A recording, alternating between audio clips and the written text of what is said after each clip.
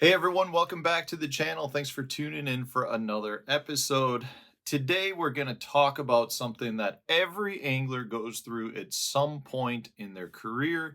And this is something that I've had a lot of comments regarding recently, and that is whether or not I have any tips to share with you guys regarding how to take a soft plastic bait and get it to rig up onto a jig head where you can do it on the first try, where you're not pulling that jig head in and out of the plastic, which tears the plastic up and ultimately leads to that plastic not having nearly as long of a lifespan as it should.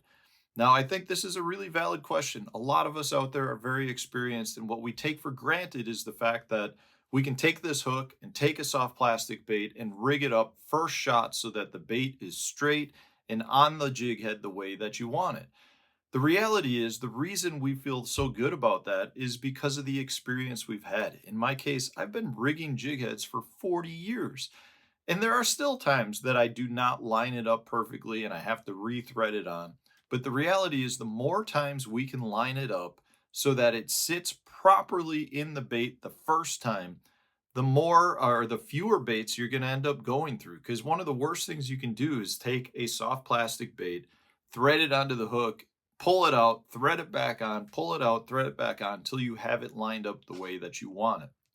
So I do have for you some tips that will help you put your jig head in your bait correctly. If not the first time, a lot of times you'll have a much higher percentage to doing it on the first time. Uh, and ultimately, like I said, it comes down to experience. So don't think that you're going to have this down to a T every time you do it. But there are some very important things. So we're going to discuss that. Before I do get into it, though, I do want to remind you I do have a members only page as well. So if you're looking for more content from me, check that out. We do live streams, additional videos. We do, you can have direct access to me to ask questions like this. All right, so the first thing we're going to do is take the bait that we want. In this case, this is a Raid fish roller, as you can see right here, a very good minnow presentation bait, and it works really well on a core tackle hover rig hook. And I do get a lot of questions regarding the hover rig hook, so I'm going to use this, but I'm going to talk about a standard jig as well. The first thing I like to do always is take a look at my bait. Is there anything I need to know about my bait that can help me rig it? In this case, the fish roller actually has holes down its back. Those holes you can use to measure where the hook is supposed to come out. Other baits, if I just happen to grab a bait, let's see, something that's not rigged. Other baits like this Kitech have a line down the back. Other baits tend to have a seam down it. I'm just looking for baits. You know, this is another one. You can see there's a seam down that back. Any of these baits, and most of them now come with either a specifically designed spot to show you where the hook's supposed to come out, in this case, like the fish roller, or a lot of them also have a seam from like where the bait was formed. So there might be actually a line down the bait that has no design intent other than the fact that it just happens to be like where the mold came together. And you can use those as a reference point as well. But the key is you want some form of reference point. So if I take my hover rig hook and I line it up where I would want this to come through, you can see just like that, what I'm doing specifically is looking to see where that hook's going to come out. Now, if I line this up, it's going to be the third hole down that back. So I can use that as a reference point. Now, another thing I want to point out though is when you're lining it up, don't take the hook and just line it up on the bait. And the reason this is going to throw you off a little bit is you're going to want to look to see where you would think that bend of the hook comes out. That's not necessarily where you want it. You generally want it to be the lower part of the hook, or you need to measure, I should say, where the hook comes out of the bait. So in this case, I think it's always best to line the hook up to your soft plastic so that you can see roughly where that hook comes out. Depending on the gap of your hook, some might come out lower, some might come out higher, depending on the type of the hook, whether it's a round bend, maybe it's got a V-lock in it. It's going to change a little bit. So when you measure it, you definitely want to look to see where that plastic would come out of the bait versus like where the lowest part of the hook is, or maybe the top part of the hook point. Really critical in understanding that.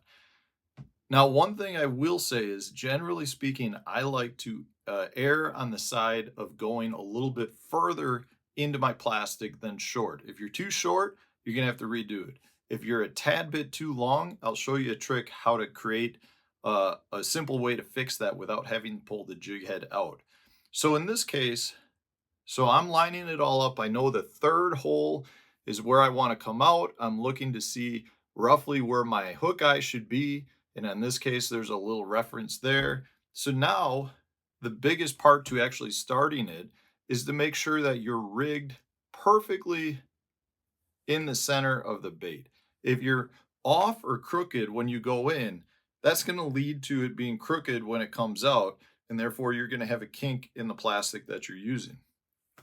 So now I know my bait is straight on because it's hanging straight with the, or parallel to my hook shank, as you can see right there.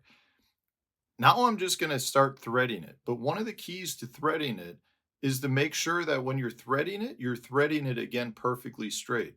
If you're off to the side, you're going to end up having too much of the meat of the plastic bait on one side of the hook or the other. It's going to lead to the plastic being off, and therefore you may get some spinning motion when you retrieve it. The bait's not going to fall the way you think it should. It's just definitely something to keep an eye on. The other thing, try not to do a bunch of small slide ups. Try to grab it and do the full slide on in one motion. The reason for that is every time you stop and slide a little bit more on, you have the potential to change direction with that hook. It's not going to be a smooth transfer through the plastic. So in this case, I'm going to grab it and I'm just going to start sliding up the bait until I know I come out that third hole that we talked about. So I'm out that third hole, as you can see right there. Now it's a matter of just sliding that bait up the jig head. Now again, it doesn't matter which type of jig head you're using, whether you're using the hover rig or you're throwing, a traditional swim bait style head, the measurements are all the same. So I'm just going to pop this in because it's a hover rig jig head, and that's easy to do. I grab the head, push on the eye, pull up, and insert it right in. Okay, and then push the nose cone down. There we go. So I've got it, and then I like to pull my minnow down just a tad, or the soft plastic, and make sure it's straight. So you can see we've come out the third hole. The bait is perfectly straight, good to go, all centered very nicely. Now, like I said though, if I've got this bait and I went a little bit too far, so I'm gonna pull it out, I'm gonna show you in this case what I would do. So let's say I came out that second hole, which is probably a 1/16 of an inch, maybe too far.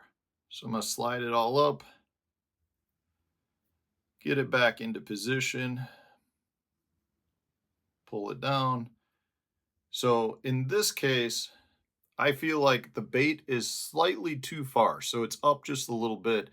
What I like to do at that point is I'll pull it, and either you can tear just that little bit of plastic, which I just did, or you can take scissors and cut it. But you can see, so I tore it. I'm not sure how, maybe we can open it a little so you can see it. So you can see I ripped it just a tad bit. And really what that does is it allows that back end, the hook to pull forward a little bit, but you're not changing any of the way it sits on this part of the jig head, which is actually where it's locking in.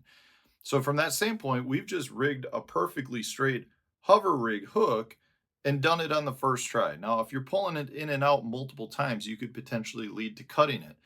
But the key here is really to mark where that bait's going to come out and where you want it to sit, and make sure that you do that and measure it all properly before you slide it on. Because if you slide it on, you're too short and or too long, you could lead to definitely having issues. Don't let rigging plastics be something that deters you from fishing them. The reality is it takes some experience to get there, but once you get it down, you should be able to rig these on a very consistent basis to help you do it. So whether it's a standard jig head or whether it's a hover rig hook, the point is you want to get them to be straight, in line, not turned or keeled in any position, and your baits will run true. Not only will they run true, they will just last longer because you did not have to put them on multiple times. Now, if you do have to rig them several times to get them to sit straight, don't forget about trying to put a little bit of a dab of super glue in there to actually lock it into place after you've kind of ruined the plastic that would normally hold it. You can try a little dab of super glue, that should lock it right in place as well and cure some of those learning lessons that you undertook to get the bait in place. Hopefully, this was helpful. If it is, hit the like button, subscribe to the channel if you haven't done so already, and stay tuned. We'll have a new video coming out tomorrow for you.